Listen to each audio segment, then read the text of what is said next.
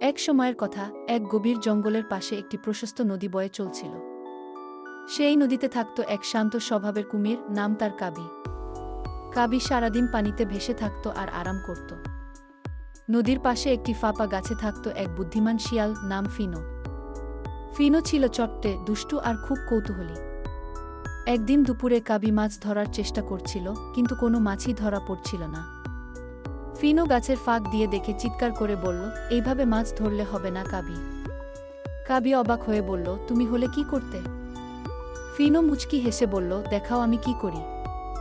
সে কিছু ফল আর পাতা কুড়িয়ে এনে সেগুলো মিশিয়ে নদীতে ছুড়ে দিল। গন্ধে আকৃষ্ট হয়ে মাছগুলো কাছে এলো, আর কাবি সঙ্গে সঙ্গে একটি মাছ ধরে ফেলল।